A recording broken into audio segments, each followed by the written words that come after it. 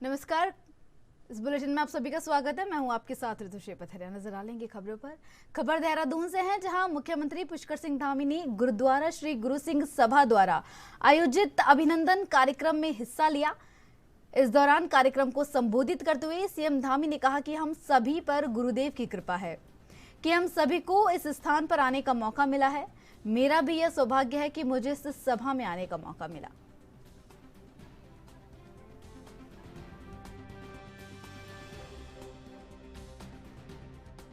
परमपिता परमेश्वर की कृपा नहीं होती है तब तक यहाँ आना संभव ही नहीं। इसलिए एक बात तय मानिए कि जितने भी लोग हम लोग यहाँ आए हैं, सब पर गुरु घर की कृपा है, गुरुदेव की कृपा है। इसीलिए हम इस पवित्र स्थान पर आए हैं। मैं भी अपने ऊपर कृपा मानता हूँ कि मुझे भी आप सबके साथ आप संगत में आने का अवसर मिला, यहाँ का आशीर्वाद लेने का अवसर मिला। भाइयों बहनों, मैं सबसे पहले तो आप सबने जो मुझे बुलाया और यहाँ पर आपने तमाम सारी बातें कही हैं, इस सम्मान के लिए मैं आप सभी का, पूरे हमारी श्री गुरु सिंह सभा का, पूरी संगत का, आए हुए सभी महानुभावों का, माताओं बहनों का, हमारे प्यारे बच्चों का, सबका दिल की गहराइयों से धन्यवाद देना चाहता हूं। और ये सम्मान, ये मेरे लिए महज एक सम्मान नहीं है, बल्कि गुरु घर की एक महान परंपरा रही है, महान इसकी संस्कृति रही है। त्याग तपस्या का एक बड़ा इतिहास इसका रहा है। क्योंकि मैं गुरु घर की महत्ता के बारे में, गुरु घर की संस्कृति के बारे में, इसके संस्कारों के बारे में और गुरुवाणी के बारे में मुझे सौभाग्य मिला है कि बचपन से मैंने अनेकों बार मैं कहूं कि इतनी बार कि मैं गिना भी नहीं होऊंगा, मैं गिन भी नहीं सकता, सैकड़ों नहीं हजारों बार मैं गुरु घर गया हूं। और आप सबको बता दूं कि नानक बता साहिब उसी के पास में पैदा हुआ, बड़ा हुआ, इसलिए वहां जाना, मैंने प्रतिदिन अगर न भी जा पाता हूं, रहूंगा, लेकिन मैं बचपन से हर अमावस पर, संग्राम पर, कोई कार्यक्रम हो या कहीं से आते जाते गुरु घर जाते। उत्तराखंड में होने वाले ग्लोबल इन्वेस्टर्स समिट 2023 पर मुख्यमंत्री पुष्कर सिंह धामी ने कहा कि यह शुरुआत है और हम देश के अन्य राज्यों में जाएंगे। हम निवेश की संभावित संभावनाओं वाले कुछ विदेशी देशों में भी जाएंगे। हमें उम्मीद है कि इन्वेस्टर समिट खत्म होने तक हमें अच्छा निवेश मिलेगा। उत्तराखंड में पर्यटन और उद्योग जैसे क्षेत्रों में कई निवेश आ सकते हैं।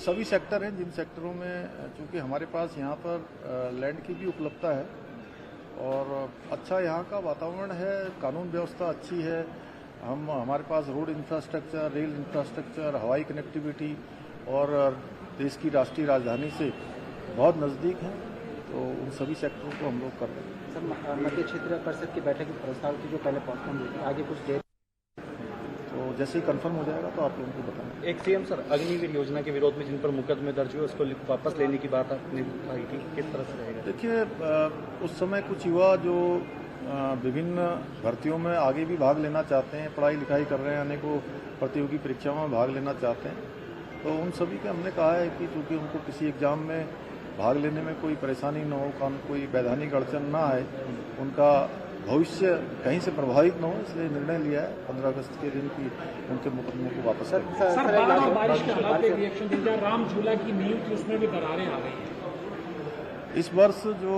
अतिवृष्टि हुई है और मानसून की अतिशीघ्रता के कारण से पूरे राज्य के अंदर अत्यधिक नुकसान हुआ है, आपदा की स्थिति बनी है, घरों का नुकसान हुआ है, जमीन का नुकसान हुआ है, खेती का नुकसान हुआ है, जनहानि, पशु हानि, सभी प्रकार के रोड इंफ्रास्ट्रक्चर, पुल बह गए हैं। भूस्खलन से कई सारे होटल भी प्रभावित हुए हैं, कई होटल टूट गए हैं, तो निश्चित रूप से उस सभी का आकलन कर रहे हैं और अभी जो हमारे बचाव एवं राहत के कार्य हैं उस पर लगातार मैं स्वयं भी मॉनिटरिंग कर रहा हूँ, सभी हमारे मंत्रीगण भी मॉनिटरिंग कर रहे हैं अपने अपने क्षेत्रों में। सभी जनप्रतिनिधियों से भी हम लोगों ने कहा है कि ऐसे समय में सभी लोगों के साथ खड़े हों। एनडीआरएफ की टीम है, एसडीआरएफ की टीम है, आईटीबीपी वाले लोग हैं, आपदा प्रबंधन है, जिला प्रशासन है, सभी लोग इस काम में लगे हैं। और केंद्र की भी जो टीम एनडीएमए की टीम है वो अभी हरिद्वार भी आई थी, अन्य जगह का भी आकलन कर रही है। और हमारा अभी तो प्रयास है कि जल्दी से जल्दी जो है जिन स्थानों पर आपदा से अत्यधिक क्षति हुई वो स्थान।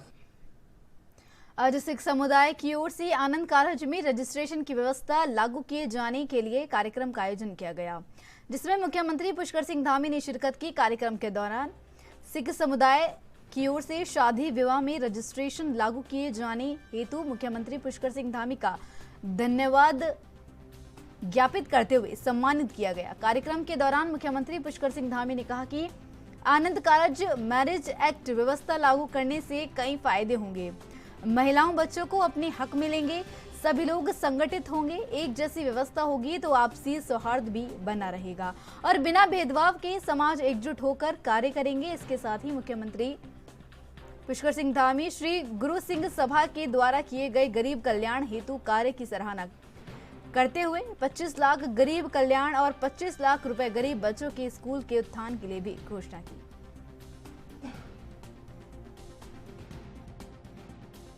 और यहाँ पर सराय काफी गरीब लोगों के लिए, जरूरतमंद लोगों के लिए काफी सेवा के काम करती है। इसलिए अल्पसंख्यक कल्याण निधि से 25 लाख रुपए देने की मैं यहाँ पर घोषणा करता हूँ कि 25 लाख रुपए की धनराशि इसको दी जाएगी। और इसके अतिरिक्त जो हमारा पूरा समाज है वो पूरे सेवा भाव से काम करता है। उसमें जो हमारे गरीब बच्चे होते हैं उन परिवार के बच्चों को, समाज के अन्य तबकों के लिए जो आपने विद्यालय खोले हैं, मैं ऐसे विद्यालयों में संसाधन उपलब्ध करवाने के लिए भी 25 लाख रुपए की धनराशि, ठीक है। देखिए, लंबे समय से डिमांड चली आ रही थी कि आनंद कारज एक्ट लागू, और इसमें दृढ़ता से निर्णय माननीय मुख्यमंत्री जी ने लिया। मैं उनको बहुत बहुत बधाई, शुभकामनाएं देना चाहूंगा। और आज गुरुद्वारा सिंह सभा गुरुद्वारा में आकर के उन्होंने इस तरह के व्याख्यान भी किया, घोषणा भी की, और इससे पहले ही मंत्रिमंडल ने इसको पारित किया। ये बहुत बड़ी बात है, बहुत बड़ी उपलब्धि है सबके लिए। जिस तरह से उन्होंने एक सम्मान देने की बात की समाज के लिए, मैं उनका।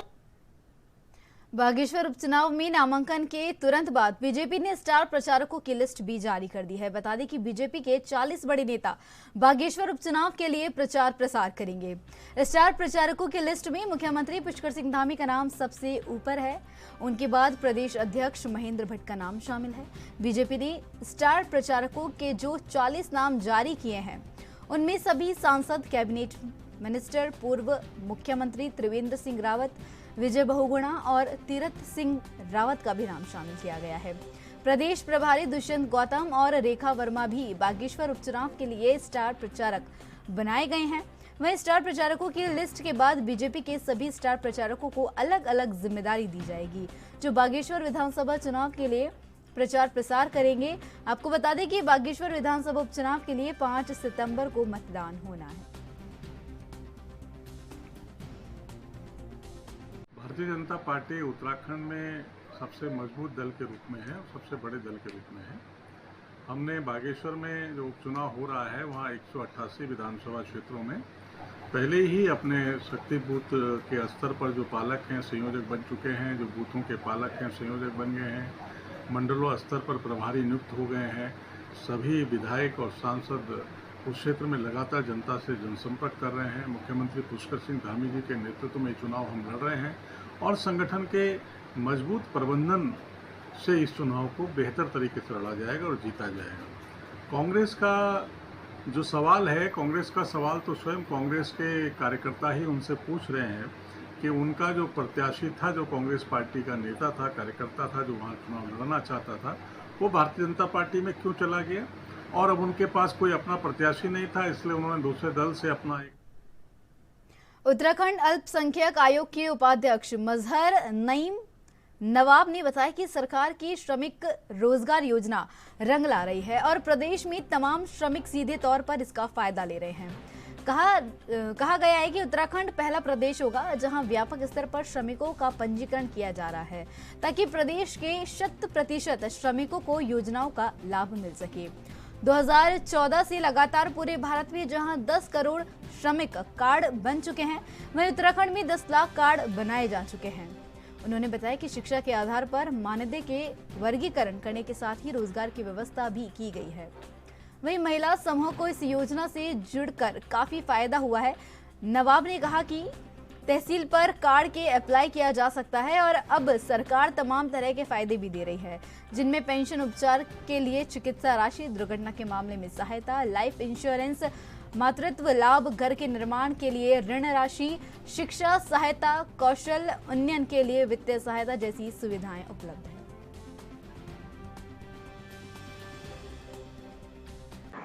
जो हमारी श्रमिक भारत सरकार की श्रमिक रोजगार योजना है, उसको पूरी तरीके से भारत सरकार ने नए उसमें जो है शुरू किया है और 2014 से लगातार उस पर जो काम किया गया है, आज उसमें हमारे पास पूरे भारत में लगभग 10 करोड़ लोग जो है श्रमिकों के कार्ड बने हैं और उत्तराखंड में लगभग 10 लाख श्रमिकों के कार्ड बने हैं और उन श्रमिकों को हम पूरी तरीके से जो रोज़गार के रूप में काम देना चाहते हैं। पहला काम, जो श्रमिक लगातार 3 साल से उनका वो श्रमिक का उनका कार्ड है, उनको अगर वो कक्षा 1 से 5 तक पास हैं तो उनको 200 रुपये माह, और 6 से 8 तक पास हैं तो उनको 300 रुपये, और 8 से हाई स्कूल अगर किसी श्रमिक ने किया है तो उसको 500 रुपये मिलेंगे। इसके अलावा श्रमिकों में पहले खाली लेबर का काम करने वाले व्यक्तियों को श्रमिक माना जाता था। आज भारत सरकार ने संशोधित करके श्रमिकों की जो लिस्ट थी उसमें बहुत सारे ऐसे लोगों को डाल दिया है, ऐसे लोगों को बनाया है जो हमारे भारत में और पूरे उत्तराखंड में, जैसे खेत में काम करने वाली हमारी महिलाएं हैं और पुरुष हैं, उनको भी श्रमिकों की श्रेणी में लाया गया है। इसके अलावा दर्जी का काम करने वाले, ब्यूटी पार्लर का काम करने वाले और कारपेंटर का काम करने वाले, मकानों का काम करने वाले, ई रिक्शा चलाने वाले, इनको श्रमिकों की उसमें डाल दिया है, श्रमिक बना दिया है इनको। और उनका एक बीमा भारत सरकार ने बीमित किया है उन्हें, उनका बीमा 5 लाख रुपए का अगर किसी श्रमिक की दुर्घटना से मृत्यु होती है तो उसके आश्रितों को 5 लाख रुपए मिलेंगे, और अगर किसी श्रमिक की वैसी बीमारी से या जनरली उसकी मृत्यु होती है तो उसके आश्रितों को 3 लाख।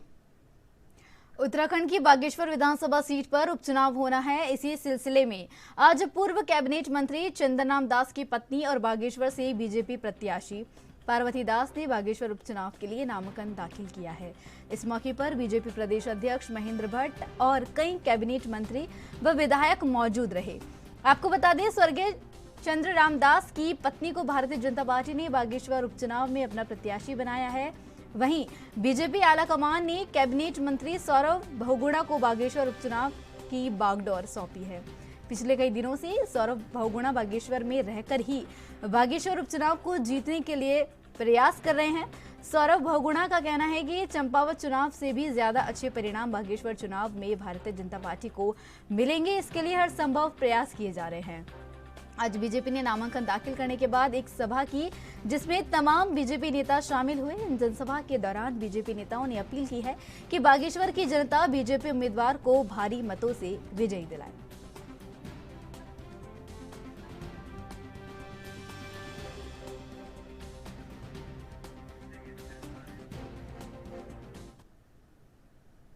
कांग्रेस मंत्री मथुरा दत्त जोशी ने प्रधानमंत्री नरेंद्र मोदी के परिवारवाद वाले भाषण पर पलटवार किया है। उन्होंने बयान देते हुए कहा कि बीजेपी का चाल चरित्र सबके सामने आ गया है।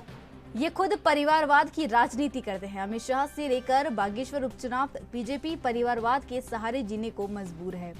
उन्होंने कहा कि बीजेपी परिवारवाद में डूबी हुई है और ये आरोप है कि कांग्रेस पर लगाते हैं, जबकि हकीकत यह है कि बिना परिवारवाद के बीजेपी चुनाव जीत ही नहीं सकती।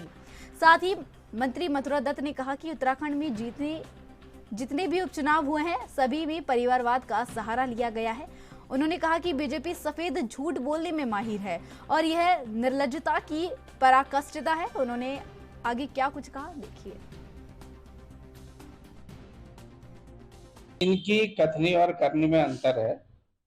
इनका चाल चरित्र चेहरा सबके सामने आ गया है। दिखाने के लिए परिवारवाद की बात करते हैं। पूरी भारतीय जनता पार्टी परिवारवाद में चल रही है।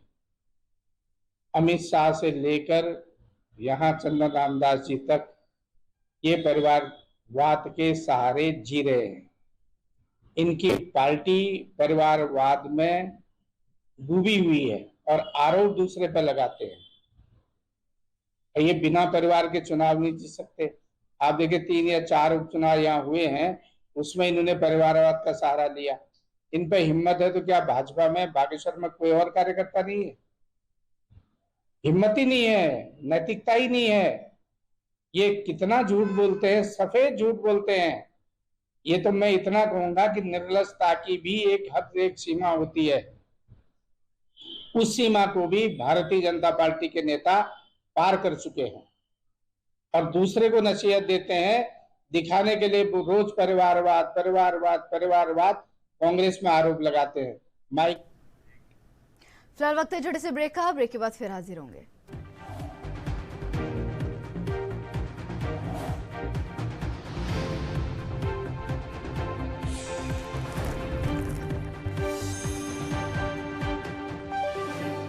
और ब्रेक के बाद आप सभी का फिर से स्वागत है। बढ़ते हैं खबरों की ओर। उत्तराखंड सरकार के 1 दर्जन के आसपास अधिकारियों की जांच विजिलेंस की ओर से की जा रही है।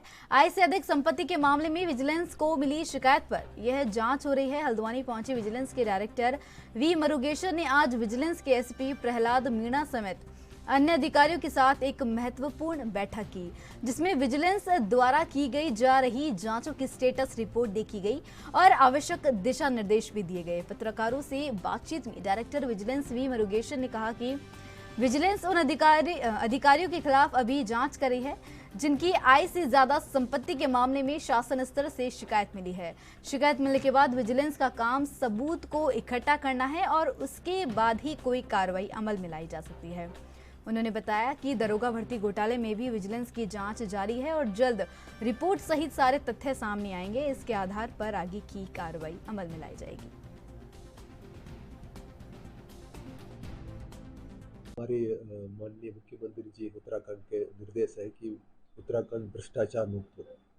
उसे चलते एक 1064 एक हेल्पलाइन भी प्रारंभ किए हुए हैं। उस हेल्पलाइन में हमारे पास काफ़ी शिकायतें आती हैं, उस पर हम काम करते हैं। उसके बाद जो उस पर बेसिस में जो इन्फॉर्मेशन आता है उस बेस में हम शासन की अनुमति के बाद FIR भी होता है, पुलिस जांच भी होता है। जो लॉन्ग पेंडिंग हमारा जो इन्वेस्टिगेशंस है और कुछ इंक्वायरीज है उसको हमने आज रिव्यू किया है। एसपी साहब और हमारे आईओ लोगों को हमने मार्गदर्शन दिया है कि उसको सब जल्द से जल्द एक्सपेडाइट हो। जो दोषी हैं भ्रष्टाचार में वो दोषी को कोर्ट में हम सजा दिलाएं, ये हमारा मकसद है। तो हम जनता से भी अपील है 1064 को और यूज़ करें। कोई भी रिश्वत मांगता है, कोई शिकायत आता है ये भ्रष्टाचार के, वो हमारे विजिलेंस के पास पहुंचाइए। हम उसको आगे लेके वैधानिक कार्रवाई कंप्लीट करेंगे। इंक्वायरी अभी चल रही है, प्रारंभ हो रखे हैं हमारे, वो उसको भी हम लीगल एंड तक लेके जाएंगे। कितने अधिकारी होंगे जिस तरह से आगे संपत्ति के मामले में जांच चल रही है? हमारी अभी हाल में 10-11 अधिकारियों उसका आया हुआ है, उसको हमारे जांच चल रही है इसको, क्योंकि ये थोड़ा सा हमारा गोपनीय तरीके से रहता है। कुछ एक खुली जांच भी है, पुलिस जांच में उनको थोड़ा एक मौका दिया जाता है कि अपना बात बताने के लिए, बट अदरवाइज हमारे इस पे जोर से कार्रवाई चल रही है। और हमारी इन्वेस्टिगेटिंग ऑफिसर्स है उनको भी हमने आज गाइडेंस दिए हैं, मार्गदर्शन दिए। तो और हम उम्मीद करेंगे कि जो हमारा मुकाम है उसको देश विदेश के करोड़ों पर्यटकों के लिए आकर्षण का केंद्र रहने वाले राम झूला पुल पर्यटकों की आवाजाही के लिए बंद कर दिया गया है। भारी बारिश की वजह से मुनीकरेती क्षेत्र में राम झूला पुल की नींव के निकट एक दरार आ गई। माना जा रहा है कि गंगा के उफान पर आने की वजह से यह दरार आई है। सुरक्षा की दृष्टि से SDM के निर्देश पर राम झूला पुल पर पर्यटकों की आवाजाही की रोक लगा दी गई है। पुलिस ने बैरिकेडिंग कर पर्यटकों को राम झूला पुल पर जाने से रोकना शुरू कर दिया है। नरेंद्र नगर के एसडीएम देवेंद्र सिंह नेगी ने बताया कि पर्यटकों की सुरक्षा प्रशासन की पहली प्राथमिकता है। भारी बारिश की वजह से रामझूला पुल की नींव के निकट दरार देखी गई। पीडब्ल्यूडी की एक टीम निरीक्षण करने के लिए रामझूला भेजी गई। इंजीनियरों की टीम निरीक्षण करने के बाद जो रिपोर्ट सौंपेगी उसके आधार पर रामझूला पुल पर आवाजाही को लेकर निर्णय लिया जाएगा। फिलहाल उच्च अधिकारियों को भी मामले की जानकारी दे दी गई है। पुलिस को पर्यटकों को रोकने की जिम्मेदारी सौंपी गई है। एसएसआई गोपाल दत्त भट्ट ने बताया कि निर्देशों के आधार पर रामझूला पुल पर बैरिकेडिंग लगा दिया गया है।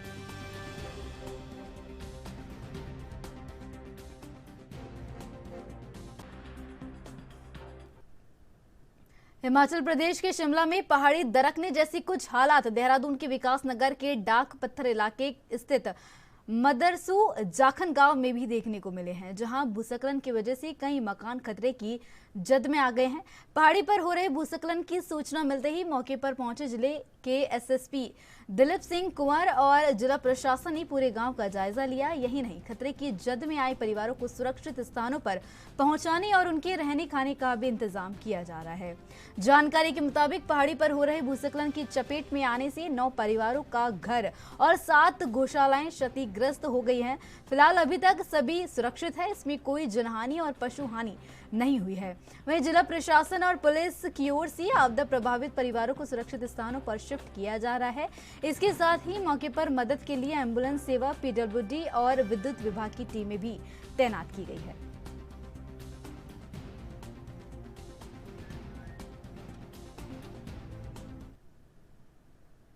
बारिश की वजह से फिर उत्तराखंड को आपदा का दंश झेलना पड़ रहा है। विकासनगर के जाखड़ गांव में अचानक एक पहाड़ी से भूस्खलन हो गया।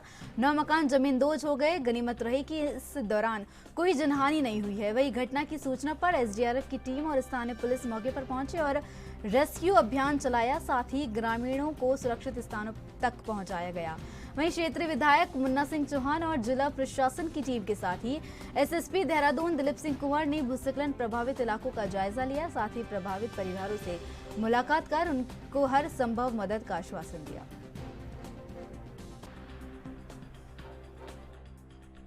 डाकपत्थर चौकी इंचार्ज द्वारा बताया गया कि एक लैंडस्लाइड हुआ है जाखन गांव में, जो तहसील विकास नगर क्षेत्र के अंतर्गत आता है। और इसकी सूचना मिली थी हमें 3:15 पर। तुरंत टीम मेरे हमरा रवाना हुई और मौके पे जाकर देखा कि पूरा ही गांव उसके जद में आ रखा है। और जब हमने उसका मुआयना किया तो उसमें लगभग 9 परिवार, 9 घर जो ऐसे थे जो बिल्कुल जमींदोज हो गए थे और बाकी घरों में दरारें आई है और पूरा ही गांव उसमें इफेक्टेड हुआ है। और हमारे द्वारा एसडीआरएफ के द्वारा सभी लोगों को सुरक्षित निकाला गया और जो कुछ जानवर फंसे हुए थे उनको भी। तो मेरे साथ खबरों में बस इतना ही। देश विदेश की तमाम और अहम खबरों के लिए देखते रहिए एनबी न्यूज़। नमस्कार।